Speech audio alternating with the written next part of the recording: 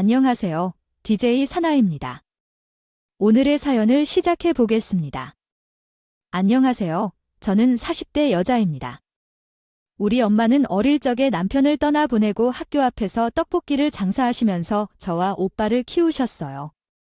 아빠 없는 아이들 소리를 듣지 않게 하려고 정말 악착같이 돈을 벌어서 공부를 시켜주셨죠. 엄마의 헌신 덕분에 저희는 대학도 다 나오고 지금 좋은 직장을 다니면서 잘 살고 있어요. 그런데 알고 보니 엄마가 저 몰래 더 키운 아이가 있더라고요. 저희 엄마는 우연히 건강검진에서 대장암 3기 진단을 받으셨어요. 이후 항암 치료는 열심히 했지만 암세포가 좀처럼 없어지지 않더군요. 의사가 가망이 없다고 하니 길어야 1년이라면 마음의 준비를 해야겠네요. 시한부 판정을 받은 날, 나에게 하라고 말씀하셨던 친오빠와 함께 술을 마시면서 대화를 나눴습니다. 하늘도 무심하시지만 우리 엄마는 평생을 고생하셨는데 왜 꼭 암에 걸렸을까요? 그동안 저희가 그렇게 잘해준 것도 없는데요. 그래서 예상대로 길어봐야 1년이라는데 남편 없이 힘들게 우리 둘을 키우시다가 이제야 조금 편히 쉴 수 있게 되셨는데요. 살아계신 동안 정말 잘해드리도록 합시다. 나중에 후회하면 안 되게 1년이란 시간 길죠. 그동안 매일 엄마를 웃게 해주도록 노력합시다. 근데 오빠는 공부도 잘하고 엄마 말도 잘 듣는데 난 정말 엄마를 많이 속인 것 같아요. 그래서 진짜로 오빠보다 더 엄마한테 잘할 거예요. 남은 1년 동안 내가 결혼해서 아이를 낳고 키워보니까 너무 힘들더라. 나는 아이도 한 명의 남편도 있는데 매일매일이 정말 힘들어. 근데 엄마는 얼마나 힘드셨을까? 그걸 너무 늦게 깨달았어. 맞아. 진짜 우리는 엄마한테 고마워해야 돼. 우리를 이렇게 번듯하게 잘 키워주셨잖아요.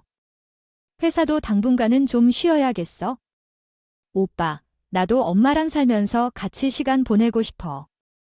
우리 엄마가 돌아가실 동안 한 달은 내가, 한 달은 오빠가 이렇게 나눠서 엄마 모시고 사는 건 어때? 회사까지 쉬고 엄마 보살펴 드리고 싶어. 진짜 효녀네, 효녀야. 엄마도 좋아하실 것 같다. 그렇게 하자.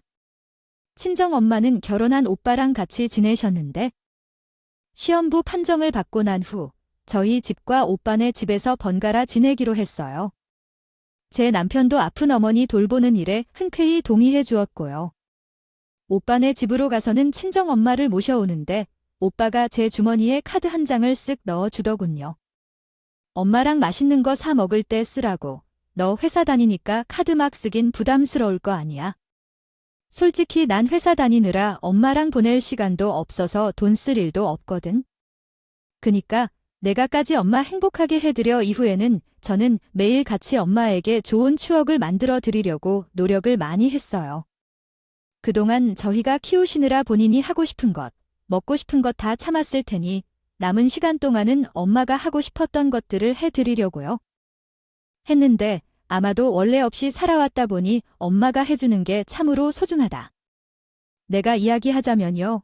예전에 어릴 적에 우리 동네에 가고 싶다고 했거나 처음 데이트했던 그곳에 대해 이야기해 주셨어요. 제가 해외여행을 제안해도 엄마는 그리운 곳에 가고 싶다고 하더라고요.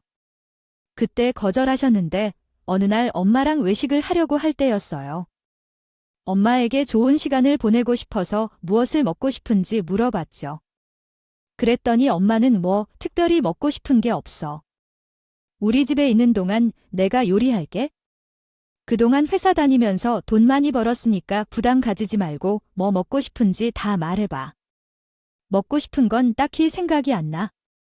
없는 데내 오래 사는 올케가 특히 좋아하는 많이 해주는 거 말고 사 먹자고 할까요? 랍스터나 스테이크, 참치회도 좋은데? 오늘은 우리 좋아하는 가서 데이트 제대로 한번 해봐요. 말만 하지 말고, 엄마는 갑자기 탕수육이 먹고 싶다 하셨어요. 탕수육 말고 더 비싼 거 먹어볼까요?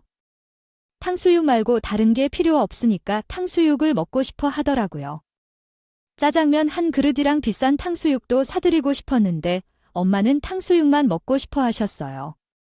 그래서 알겠다고 하고 인터넷으로 고급스러운 맛집을 찾아 엄마를 모셨어요. 메뉴가 나왔을 때 엄마는 그렇게 먹고 싶어 했던 탕수육은 안 드시고 계속해서 짜장면만 드시더라고요. 그 후에는 탕수육은 제 접시에 조금 먹었습니다. 좋은 크기로 잘라서 놓아주셨어요. 엄마가 탕수육 먹고 싶다고 했거든. 아니야, 왜 안 먹고 계속 나한테만 주는 거야? 여기 탕수육, 엄마 입맛에 안 맞아 맛이 없어. 아니, 아까 하나 먹어봤는데 참 맛있더라. 옛날에 우리 집 앞에 있던 중국집 탕수육보다 훨씬 맛있네. 이거 먹으니까 옛날에 너희가 탕수육 먹고 싶다고 했는데 내가 돈이 없어서 짜장면만 먹였던 게 생각이 나서 나는 못 먹겠다. 그때 생각이 나는데 엄마는 왜 못 먹겠다는 거야? 그때는 형편이 안 돼서 못 사 먹었지만 지금은 먹을 수 있잖아. 그니까 먹어. 엄마가 형편이 어려운데도 나를 잘 키워줘서 이제 돈을 많이 벌고 있거든. 힘들었을 때가 생각나 못 드시겠다는 말에는 탕수육 접시를 엄마 앞으로 밀어드렸어요. 너 어릴 때 탕수육 먹고 싶다고 떼쓰는 거 혼냈던 것이 생각나서 미안해서 나는 이것을 못 먹겠다. 그래서 나는 대신 너 많이 먹어. 식사를 하면서 어려웠던 시절 이야기를 하시면서 탕수육을 먹거나 마시는 듯 하셨어요. 식사를 마치고 계산을 하려고 했는데 아까 엄마가 화장실에 다녀오시면서 이미 돈까지 미리 내셨다고. 내가 돈을 내려고 했는데 왜 엄마가 낼래? 오늘은 내가 사준다고 했잖아. 엄마가 또 탕수육을 먹이고 싶어서 그랬지? 이제는 나도 너 탕수육 배불리 먹일 만큼 돈이 있어. 엄마는 탕수육을 먹고 싶어 했던 게 아니었더라고요. 예전에 돈이 없어서 못 사준 걸 미안해서 저에게 탕수육을 사주고 싶으셨던 거였어요. 엄마의 속마음을 듣니? 눈물이 핑 돌았어요. 엄마가 해주고 싶은 게 아니라 엄마가 먹고 싶은 것을 말하라고 했잖아. 엄마가 죽을 날짜까지 받았는데 이제는 자식들 생각하지 말고 엄마가 하고 싶은 걸 해요.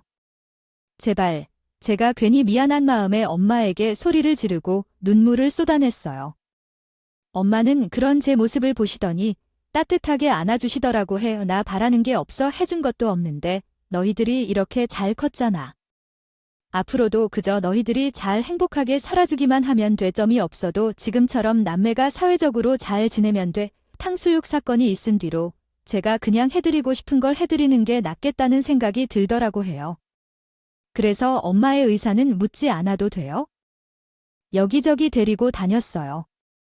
같이 가까운 일본 여행도 다녀왔고 제가 사드리고 싶던 비싼 고기도 먹었죠. 또 요즘 젊은 사람들이 많이 찍는 스티커 사진도 같이 찍었어요. 엄마, 이거 진짜 잘 나왔다. 무녀 사이가 아니라 자매 같은데 우리 엄마 보니까 주름도 없고 팽팽하면 이거 핸드폰 뒤에 붙여주자. 내 거, 엄마 거 들다 절대 떼면 안 된다. 매일 자기 전 핸드폰 뒤에 있는 스티커 사진을 보았는데 자꾸만 엄마가 쓰고 있는 모자가 신경 쓰였어요. 항암 치료를 받아서 머리가 빠져서 매일 가리고 다녔거든요. 그래서 다음날 가발로 가는 곳으로 가서 가발도 새로 맞춰졌죠. 엄마는 처음에 그냥 아줌마 뽀글이 머리를 하겠다고 했지만 제 마음대로 긴 생머리 가발을 사드렸어요. 처음에는 조금 어색해 하셨는데 마음에 드시는 건가요? 연신 거울을 보셨을 때 정말 예쁘시다고 생각했어요. 아가씨로서 정말 예쁘시군요. 엄마의 머리가 길어 보였는데 정말 잘 어울리시네요. 앞으로는 그 머리 스타일만 유지하시고 다니시도록 해야겠어요.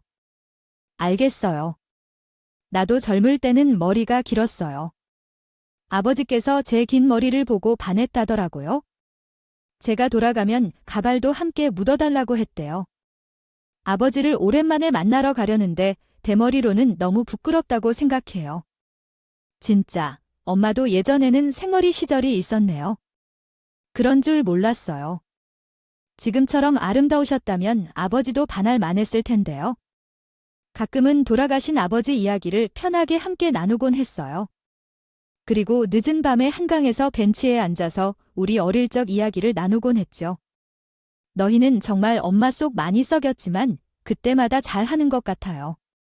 오빠와 차별하지 않게 항상 같은 사랑을 주고 싶어 한다고 자주 들었어요. 그때는 왜 그랬을까? 사실 오빠가 공부도 잘하고 바른 생활하는 사람이었어. 그래서 엄마가 좋아하는 게 맞는데 그냥 싫었던 것 같아. 일종의 질투일까? 그냥 그걸 핑계 삼아서 사춘기 시절에 반항했던 거지 뭐. 지금은 정말 미안하게 생각하고 있어.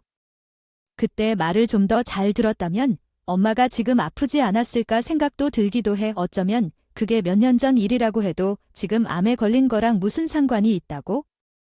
혹시라도 그런 생각 절대 하지 마. 나이가 들면 원래 다 여기저기 아프고 그렇다고. 근데 엄마는 세포가 아파서 암에 걸린 거야? 내가 속에도 암에 걸린다는 이유라면 예전에는 암을 알았어야 하는데 왜 이제야 아프겠니? 너 때문이 아니니까 혹시 나 죽어도 결코 죄책감 같은 건 가지지 말고 그냥 어머니가 아파하니까 옛날 생각이 많이 나더라. 사실 어머니는 내가 말도 안 들어도 정말 잘해줬던 것 같아. 내가 고등학교를 졸업하고 대학에 가지도 않고 취직도 하지 않았는데도 어머니는 나한테 화내는 척 한 번도 없는 걸 알아. 내가 아직 꿈이 없는 것 같아서 그랬어. 뭐든 자기가 하고 싶은 걸 해야 하는데 그걸 못 찾은 것 같았거든. 근데 다행히 내가 대학에 가고 싶다고 하더니 공부를 열심히 해서 꽤 좋은 대학을 다녀왔잖아. 아마 내가 너에게 잔소리를 했으면 공부는커녕 성인이 되어 집을 나가지 않았을까? 어머니도 참, 엄마랑 싸우긴 했어도 내가 집을 나가진 않았겠지. 그때도 대학 다니는 친구들이 부러웠다. 나도 대학에 가고 싶어.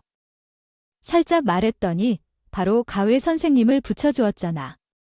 그리고 공부를 열심히 해서 대학에도 가고 그때 그 과외 선생님과 눈이 맞아 결혼해서 아이도 낳고 잘 살고 있지.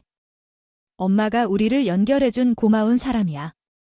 근데 내가 궁금한 게 하나 있는데 아무리 자식이지만 남사스러워 물어보지는 못했어. 혹시 그때 과외하면서부터 둘이 사귀었니? 공부 안 하고 방구석에서 연애했다면 그때는 그냥 공부만 했어. 서로 이성적으로 관심 하나도 없었어. 그리고 나는 대학에 붙고 남편이 군대에 갔었잖아.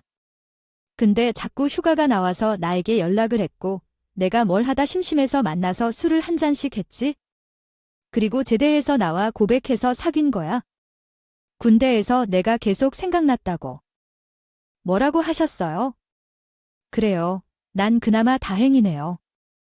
너희가 결혼 허락을 받으러 왔을 때 내가 뼈 빠지게 일해 과외비를 대줬는데 공부를 안 하고 연애를 했는지 궁금했거든요. 그런데 그게 아니라서 다행이에요. 여태까지 그것을 물어보지 않았던 게 정말 후회돼요.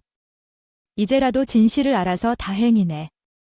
그런데 생각해보니 엄마는 저를 낳아주시고 키워주시고 대학도 보내주시고 남편도 만나게 해주셨어요. 진짜 많이 해주셨네요. 내 인생에 엄마의 지분이 너무 큽니다. 근데 난 엄마에게 아무것도 해주지 못했네요. 이제라도 엄마를 잘 돌볼게요. 그러니까 우리 매일매일 오늘처럼 행복하게 지내요. 매일 이렇게 웃으면서 옛날 얘기를 하면서 제가 속삭였던 것들에도 죄송하다고 말하고 감사하는 마음을 표현할게요. 하지만 엄마와 속 깊은 대화를 할수록 엄마의 죽음을 받아들이기가 힘들어졌어요. 옆에서 함께 대화하던 엄마가 조만간 제 곁을 떠난다는 것을 믿을 수가 없었어요. 엄마 앞에서는 의도적으로 더 크게 웃었지만 그런 이야기를 한 날 밤에는 혼자 얼마나 많이 울었는지 모르겠어요. 엄마가 제 곁에 있을 때도 매일 집을 찾아가서 엄마의 안부를 물었지만 특히 집에 머물러 있을 때는 더욱 신경을 써서 엄마에게만 집중하려고 노력했어요. 처음에는 남편도 특별한 말을 하지 않고 장모님께 잘해줄 것을 부탁하면서 카드를 챙겨주곤 했어요. 퇴근길에 사오는 음식도 일부러 포장해서 가져오고 주말에는 엄마와 저와 함께 놀러 갈 때 운전도 해주곤 했어요. 근데 제가 엄마만 챙기는 것에 조금씩 불만이 쌓였던 모양이더라고요. 엄마와 즐거운 데이트를 하고 집으로 돌아왔는데 남편이 심각한 얼굴을 하고 식탁에 앉아 있었어요. 그러고는 저한테 할 말이 있으니 방으로 들어오라고 했어요. 당신 요즘 대체 뭐 하고 다니는 거야? 어머니 신경 쓰는 건 좋아? 당연히 어머니가 아프니까 자식에 챙겨드려야지. 근데 당신 자식들도 챙겨야 하는 거야? 윤나, 왜 윤나 무슨 일 있어? 오늘 학원에서 전화 왔더라. 요즘 성적에 떨어져서 당신이랑 상담하려고 여러 번 전화했는데 통화가 안 된다고. 대신 아버지랑 해야겠다면 성적이야 떨어질 수도 있는 거지. 게다가 아직 중학생인데 이렇게까지 예민하게 굴 필요는 없잖아. 그리고 성적이 떨어졌으면 유나한테 공부 안 한다고. 화를 내야지 왜 나한테 이러는 거야? 윤나 성적이 떨어진 것도 문제인데 당신이 연락이 안 되어서 나한테까지 전화한 게 큰 문제인 거야? 선생님 말이 아빠랑 성적 상담한 건 유나밖에 없다더라. 아이도 좀 신경 써야 하는 거 아니야? 제 딸에게 큰 문제가 있는 줄 알았는데 아이가 최근 학원에서 보는 시험 점수가 저번보다 떨어졌다는 이야기였어요. 그리고 남편 말을 들어보니 아이 성적이 떨어진 걸로 화내는 게 아니라 자기가 성적 상담 전화를 받은 것 그 자체가 불만인 것 같아 보여서 저도 기분이 나빠졌어요. 당신도 부모인데 아이 성적 상담할 수도 있는 거 아니야? 지금 그거 귀찮아서 나한테 화내는 거야? 지금은 내가 회사를 쉬고 있지만 회사 다닐 때도 그런 걸 다 했어. 전화 한 통. 받은 걸 가지고 되게 유세해. 난 애 태어나자마자 혼자 독방에 있었어. 우가했다고. 그리고 당분간만 당신이 아이 좀 신경 써달라고 했잖아. 그런 거 하면 되는 거야. 별로 안 힘들어. 나도 했는데 당신도 할 수 있어? 뭐야, 당신이 말하는 게 좀 듣게. 그런데 마치 아이들을 그냥 내팽개치는 것처럼 말하네. 어차피 너희 엄마는 곧 돌아가시고 내 곁에 없을 텐데 나중에 너가 늙으면 챙겨줄 자식한테 잘하는 게 낫지 않을까? 내팽개치는 건 당신이 그동안 내게 팽개쳤다고 생각은 안 해. 매달 학원 성적 상담 전화 오는 거야. 그거 이번에 처음 받았잖아.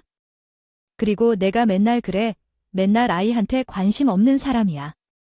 지금 우리 엄마가 시험부 판정 받으셔서 길어야 1년이라. 그리고 1년 내내 아예 신경을 좀 더 써주세요.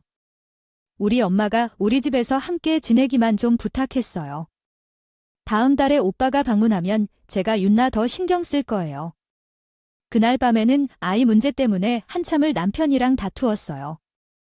저는 아이를 가만히 두고 어딘가 놀러 간 건 아니었고 아프신 엄마와 함께 시간을 보내려 했는데 그것을 이해해주지 못해 남편이 실망했어요.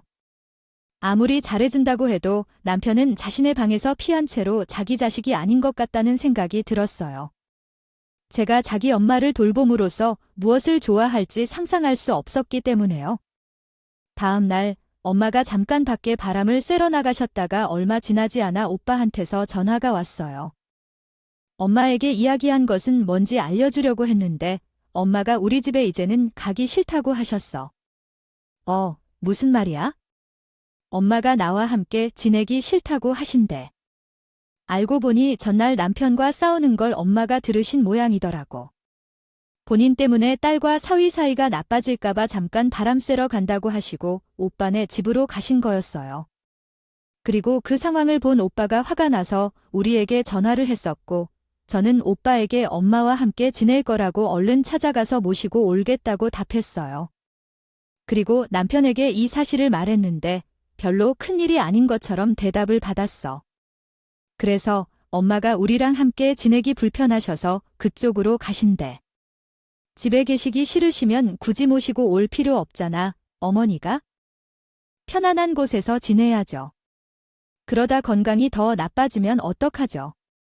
이번이야말로 너희 엄마조차 이렇게 대할지 모릅니다. 어서 입고 오빠네 집에 가서 우리 엄마께 사과드리세요. 어젠 너무 함부로 말해서 상처를 줘서 그랬을 텐데 혹시라도 우리 엄마가 우리 집에 안 오겠다고 하면 너랑 나랑 이혼할지도 몰라요. 남의 일처럼 말만 하는 남편에게 이혼까지 언급하는 소리는 하지 않는 게 좋겠어요. 상황을 파악하려고 소파에서 일어나니까 남편이 차를 타고 오빠네 집에 도착했어요.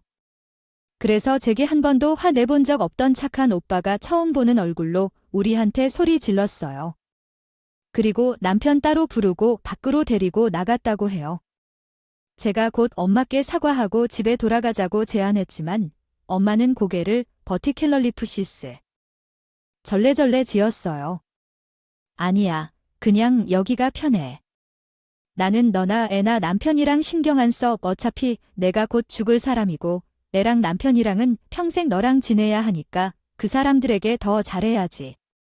엄마, 진짜 미안해요. 어제 그 이야기를 들었을 줄은 몰랐어. 나 그냥 잠깐 예민해져서 그렇게 말한 거야? 진심 아니에요? 엄마한테 평소에 참 잘했잖아. 아무래도 남편한테 받은 상처가 큰 것 같아서 괜히 예전에 남편이 엄마한테 잘했던 것들을 이야기하면서 남편을 감싼 것 같아. 그리고 한참 후에 남편이랑 오빠가 집으로 들어왔는데 오빠한테 큰 혼이 났는지 표정과 분위기가 나빴어. 때와 확실히 다르다는 것을 느꼈어요. 어머니, 정말 죄송해요. 어제 실수를 했어요. 회사에서 큰 프로젝트가 있어서 그동안 바빴는데 그게 잘 안 되는 바람에 어제 상사한테 엄청 혼이 났거든요.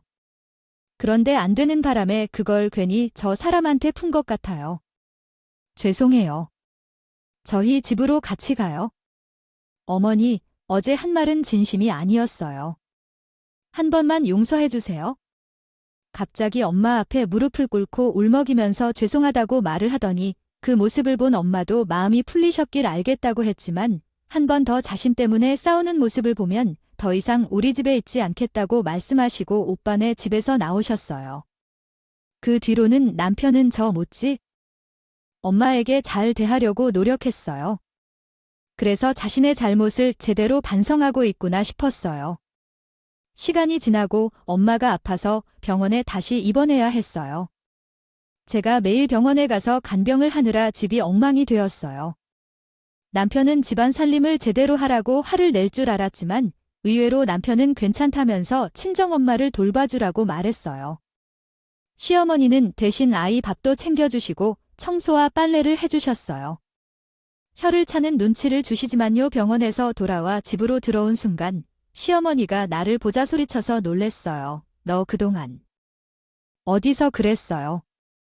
애는 봐주고 남편 밥도 챙겨주고 집 청소도 하고 그래서 저한테 카드 내역서에서 서랑 엄마랑 같이 놀러 다니면서 찍은 사진들을 내밀었어요.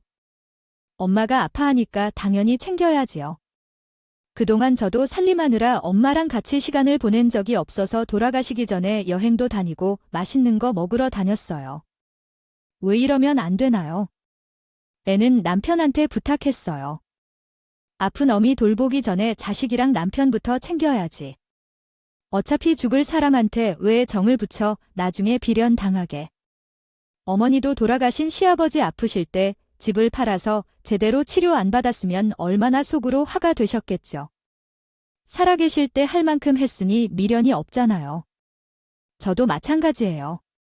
치료가 가능한 게 없다고요?